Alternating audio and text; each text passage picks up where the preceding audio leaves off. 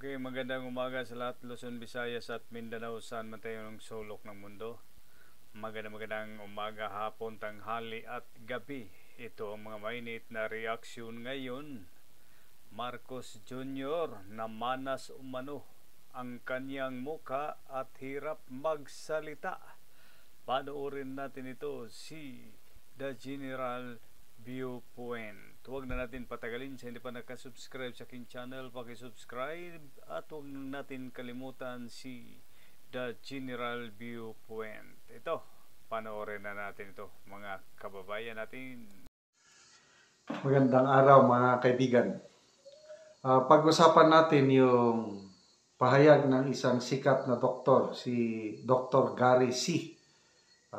Pinapanood ko palagi ito, yung kanyang YouTube channel. Magagandang turo niya tungkol sa kalusugan. 2 days ago, meron siyang post. Sabi niya, yung napansin niya yung pagsasalita ng Pangulong Marcos habang may bisita sa Malacanang. Parinig ko mamaya. Sabi niya, I have been a doctor for more than 30 years. And when I see the patient, more or less, I can tell if there is something wrong or there is health concern that should be given attention to. I hope our dear President will have an executive check-up. Iparinig ko mamaya yung pagsasalita ng Pangulo na napansin ni Dr. Gary C. na hinihingal. Sabi pa ni Dr. C, hindi po edited. Sabi niya, ito yung picture. Ayan o. Manas ang muka. Hindi po edited o fake photo yan. Ito po yung video just today. Hinihingal, manas ang muka, may skin discoloration, and teary eyes. Bad physical sign. That was March 28. So, pakinggan natin ang Pangulo. Pansinin niyo yung paghinga.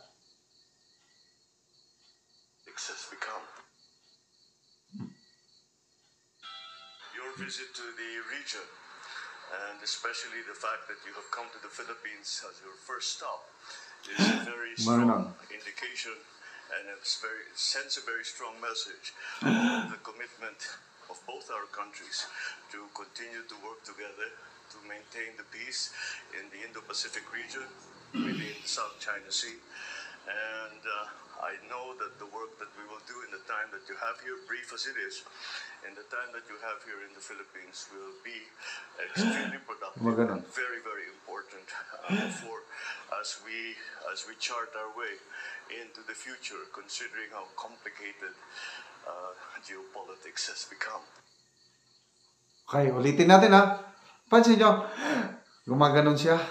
Napansin niya ni Dr. Gary C. Hindi ako doktor ha. Ano lang, ini-expound ko lang yung napansin ng doktor. At ito din, ipinost ng isang, sino bang nag-post nito? Sabi ng nag-post sa Facebook reel na ito, napansin nyo ba, hinihingal si BBM habang nagsasalita at parang kulang sa tulog. Sabi naman ito sa Facebook reel na ito. Ulitin natin. Your visit to the region, and especially the fact that you have come to the Philippines as your first stop, is a very strong indication, and it sends a very strong message of the commitment of both our countries to continue to work together to maintain the peace in the Indo-Pacific region within the South China Sea. And I know that the work that we will do in the time that you have here, brief as it is, in the time that you have here in the Philippines will be extremely productive and very, very important for as we chart our way into the future, considering how complicated geopolitics has become. So, I don't know kung napansin nyo. Ako, gumaganon nga siya. Hindi ako doktor. I don't know kung anong ano ang kanyang kondisyon ngayon. Kaya lang, the fact na itong isang magaling na doktor ang nagsabi, sabi niya, hindi po edited o fake photo yan. Ito po yung video just today. Yun, yung napanood nating video. Hinihingal, manas ang mukha, di ba? Talagang may skin discoloration and teary eyes. Bad physical signs. Oh, meron pang paalala dito ni Dr. Gary C na dapat pakinggan natin. Sabi niya, friends, please do not wish ill on others. Let's all have sense of compassion and empathy no matter how bad you perceive a person is. So dito ako believe kay Dr. C. Ano lang siya, professional lang. I-share lang niya kung ano ang napansin niya sa Pangulo. Nagsuggest siya na dapat magkaroon siya ng executive check-up. So, ng mga comments dito. Gilda Dapnisan. Sabi ni Gilda, yes po, Doc. Mukhang pagod na pagod siya, Doc. Sobrang sipag kasi, Doc, sa lahat ng presidente, siya yung pinakamasipag. Wala pong tatalo, makinig muna kayo ha. Wala pong tatalo sa kasipagan niya, kaya siya nagkaganyan. Kasi nahihirapan siya at malaki ang problema niya kung papaano utuin ang taong bayan at papaano pabagsakin ang mga Duterte. Kawawa naman siya, Doc, parang katawan niya na ang bumabagsak. Ito, binabasa ko ang mga comments kay Doc Gary C.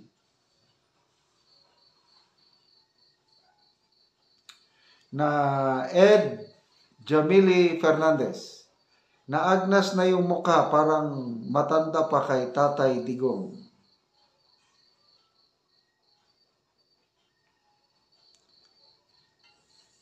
Anods Banate, stress na yan, ginulo ang Pilipinas. Ivona Carcedo Mausisa, possibly kidney issues, I guess. Same look with my mom with CKD, kidney disease, chronic kidney disease. Elena Orerapse, BBM nyo pagod na. Abet Cabales, ang puso at isipan ni BBM puno ng inggit, stress na walang peace of mind. Sana time will come ba na ma-realize niya at magdasal, surrender himself to God, ganon para gumaan ang pakiramdam niya. Okay, mga kaibigan, salamat sa inyong pagtangkilik sa ating channel at malaking tulong nyo sa tribong Talandig dahil ang sweldo natin itinutulong sa tribo. Namimigay tayo ng yero at pako para ma-repair ang sira-sirang bahay ng Talandig na tribo.